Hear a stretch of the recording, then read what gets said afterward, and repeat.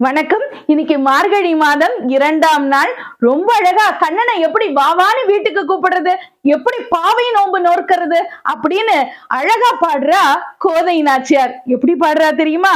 வையத்து வாழ்வீர்கள் நாமும் நம் பாவைக்கு செய்யும் கிரிசைகள் கேளீரோ, பார்க்கடலுள் பைய துயின்ற பரமன் நடிபாடி நெய்யுண்ணோம் பாலுண்ணோம் நாட்காலே நீராடி மையிட்டெழுதோம் மலரிட்டு நாமுடியோம் செய்யாதன செய்யோம் தீக்குறளை சென்றோதோம் ஐயமும் பிச்சையும் ஆந்தனையும் கை காட்டி உய்யுமாறெண்ணி உகந்தேலோர் எம்பாவாய் அப்படின்னு ரொம்ப அழகா பாடுறா. மார்கழி மாசத்துல பெருமாளை நினைச்சு எப்படி நோன்பு இருக்கணுமா? நம்ம நெய் சாப்பிடக்கூடாதான், பால் குடிக்க கூடாதான், கண்ணுல மை வைக்க கூடாதான், மலர் சூடக்கூடாதான், தலையில ஏன் தெரியுமா மலர் சூடக்கூடாதான்?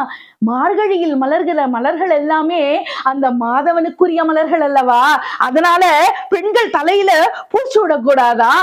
இப்படி பல உடல் கட்டுப்பாடுகளை சொல்றா கோதை நாச்சியார். ஆனா உடல் கட்டுப்பாடு மட்டும் இருந்துட்டா போதுமா? அந்த பரந்தாமனுடைய திருவடி அடையணும்னா என்ன மனக்கட்டுப்பாடு இருக்கணும் தெரியுமா?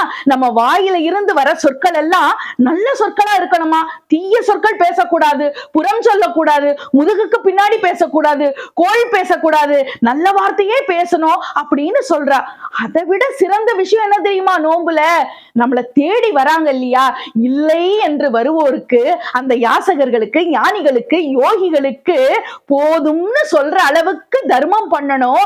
அதுதான் இருக்கிற நோன்புலயே சிறந்த நோன்பு அப்படின்னு பாடுறா கோதை நாச்சியார். அந்த பரந்தாமனுடைய திருவடிகளை அடையணும்னா திருப்பார்கடலில் பள்ளி கொண்டிருக்கிற அந்த பெருமாளுடைய திருவடியை சேவிக்கணும்னா அவருடைய நாமத்தை நம்ம வாயார புகழ்ந்து பாடணும் இல்லையா? அதனால இந்த நோன்பு இருக்கணும் அப்படின்னு சொல்றா.